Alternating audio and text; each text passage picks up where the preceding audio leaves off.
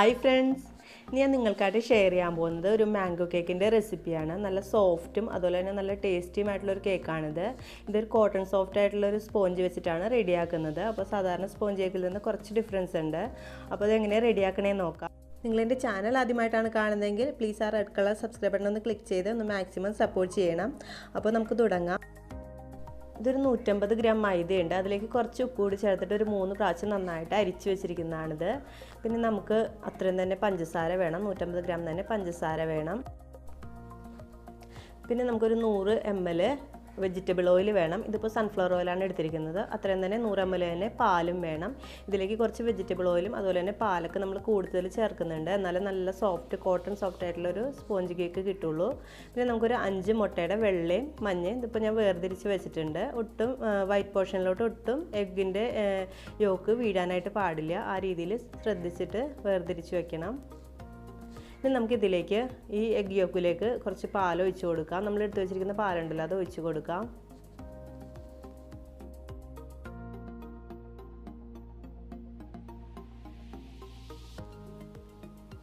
അപ്പോൾ ഇതിലേക്ക് ഒരു പകുതിയോളം, ഇപ്പം നമ്മൾ എടുത്ത് വെച്ചിരിക്കുന്നതിൻ്റെ ഒരു പകുതിയോളം പഞ്ചസാര ഈ എഗ് യോക്കിൻ്റെ മിക്സിലേക്ക് ചേർത്ത് കൊടുക്കാം. എന്നിട്ട് ഈ പഞ്ചസാര നന്നായിട്ട് അലിയുന്നവരെ നന്നായിട്ടൊന്ന് മിക്സാക്കി കൊടുക്കണം. പിന്നെ ഇതിലേക്ക് നമ്മൾ എടുത്തു വെച്ചിരിക്കുന്ന വെജിറ്റബിൾ ഓയിലും കൂടി ചേർത്ത് കൊടുക്കാം. 100 ml വെജിറ്റബിൾ ഓയിൽ. 100 ml എന്ന് പറയുമ്പോൾ കപ്പ് അളവിലാണെങ്കിൽ 1/4 കപ്പ്. അതുപോലെ തന്നെ മൈദയുടെ അളവും 1/4 കപ്പാണ്. കപ്പ് അളവാണെങ്കിൽ 1/4 കപ്പ് അല്ലെങ്കിൽ 150 ഗ്രാം ആയിട്ട് എടുക്കാം. ഇതിൻ്റെ പഞ്ചസാരയൊക്കെ നന്നായിട്ട് അലിയുന്നേരം നന്നായിട്ട് മിക്സാക്കി കൊടുക്കണം.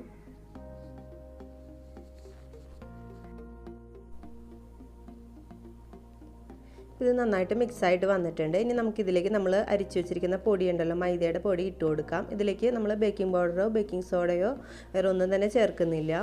നല്ല കോട്ടൺ സോഫ്റ്റ് ആയിട്ട് തന്നെയുള്ള സ്പോഞ്ചായിട്ട് കിട്ടുകയും ചെയ്യും നമുക്ക്.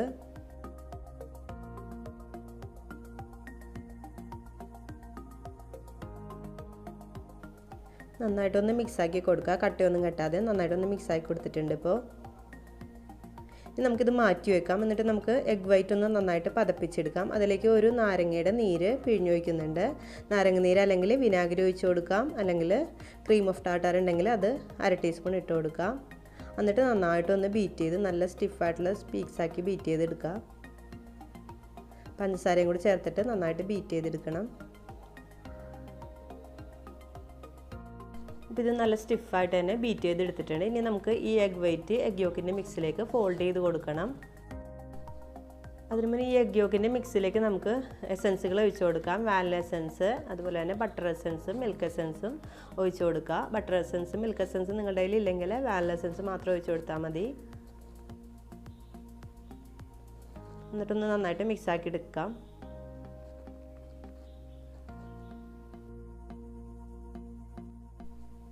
ഇനി ഇതിലേക്ക് നമുക്ക് എഗ് വൈറ്റ് പതപ്പിച്ചത് ചേർത്ത് കൊടുക്കാം.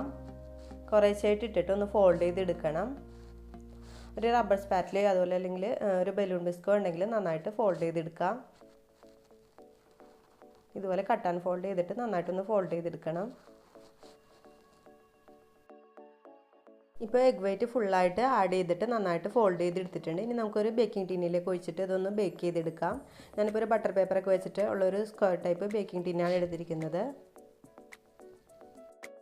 എന്നിട്ടൊരു ഈർക്കലി അതുപോലെ സ്ക്വയറോ വെച്ചിട്ട് ഇതുപോലെ ഒന്ന് ആക്കി കൊടുത്താൽ എയർ ബബിൾസ് ഒന്നും ഉണ്ടാവില്ല. കറക്റ്റ് നമുക്ക് നല്ല മുകളിൽ ഇങ്ങനെ പൊട്ടി വിണ്ട് കീറാത്ത രീതിയിലുള്ള കേക്ക് തന്നെ കിട്ടും. പിന്നെ ഈ കേക്ക് ഞാൻ നല്ല സോഫ്റ്റായിട്ട് കിട്ടാൻ വേണ്ടി ഒരു സ്റ്റീം ടൈപ്പിലാണ് ബേക്ക് ചെയ്തെടുക്കുന്നത്. അപ്പോൾ നമ്മൾ ബേക്ക് ചെയ്യാൻ വെക്കുന്ന ഒരു ട്രേ ഉണ്ടല്ലോ, അതിലേക്ക് ഒരു ടർക്കിയോ അല്ലെങ്കിൽ നല്ല കിച്ചൺ ടവലോ വെച്ചിട്ട് മടക്കി വെച്ചിട്ട് ഇതുപോലെ തിളച്ച വെള്ളം ഒഴിച്ച് കൊടുക്കാം. എന്നിട്ട് അതിൻ്റെ മീതെ വെച്ചിട്ട് ബേക്ക് ചെയ്തെടുക്കാം. ഒരു 155 ഡിഗ്രി സെൽഷ്യസിൽ ഒരു 40 മിനിറ്റ് വരെയൊക്കെ ബേക്ക് ചെയ്തെടുക്കാം.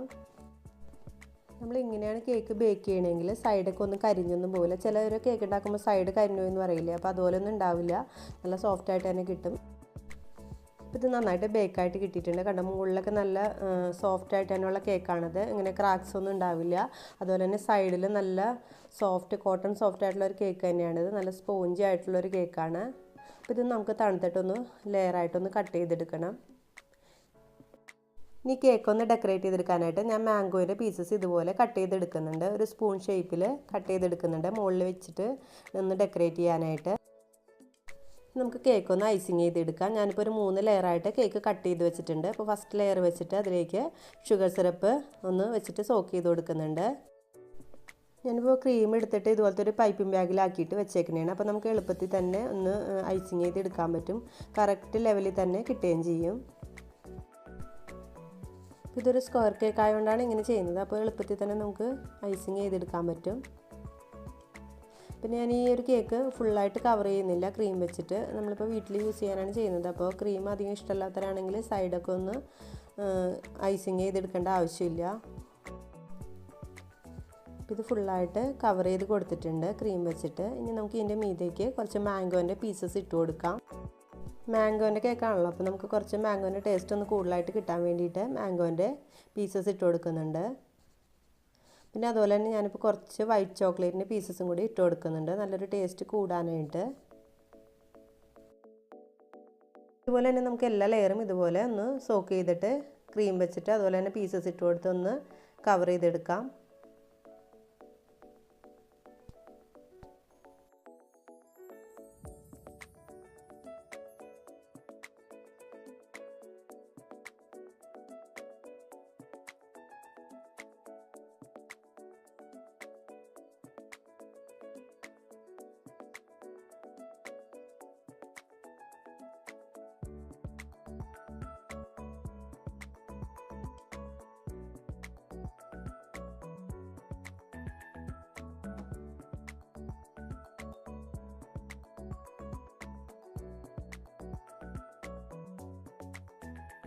ഇപ്പോൾ മൂന്നാമത്തെ ലെയറിൻ്റെ മുകളിലും ഇതുപോലെ ക്രീം വെച്ച് കൊടുത്തിട്ടുണ്ട്. ഇനി ഇതൊന്ന് നമുക്കൊന്ന് കറക്റ്റ് ഒന്ന് ലെവലാക്കി എടുത്തിട്ട് ഒരു 10-20 മിനിറ്റ് ഫ്രിഡ്ജിൽ വെച്ചിട്ടൊന്ന് സെറ്റാക്കി എടുക്കാം. ഞാനിപ്പോൾ സൈഡിലൊന്നും ക്രീം ഫില്ല് ചെയ്യുന്നില്ല. അപ്പോൾ നിങ്ങൾക്ക് സൈഡിൽ ചെയ്യണമെന്നുണ്ടെങ്കിൽ ഫുള്ളായിട്ട് ക്രീം കവർ ചെയ്തെടുക്കാം.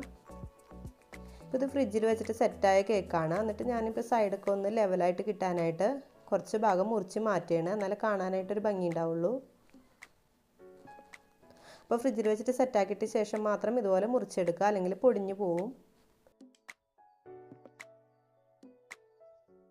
ഇപ്പോൾ എല്ലാ സൈഡിൽ നിന്നും കുറേശ്ശെ മുറിച്ച് മാറ്റിയിട്ട് നല്ല ക്ലീൻ ആക്കി വെച്ചിട്ടുണ്ട്. ഇനി നമുക്ക് ഇതിൻ്റെ മുകളിലേക്ക് മാംഗോൻ്റെ പീസസ് വെച്ചിട്ടൊന്ന് ഡെക്കറേറ്റ് ചെയ്തെടുക്കാം. ഡെക്കറേഷനൊക്കെ നിങ്ങളുടെ ഇഷ്ടാനുസരണം മാറ്റം വരുത്താം. ഞാനിപ്പോൾ ഒരു സാധാരണ രീതിയിലാണ് ചെയ്യുന്നത്.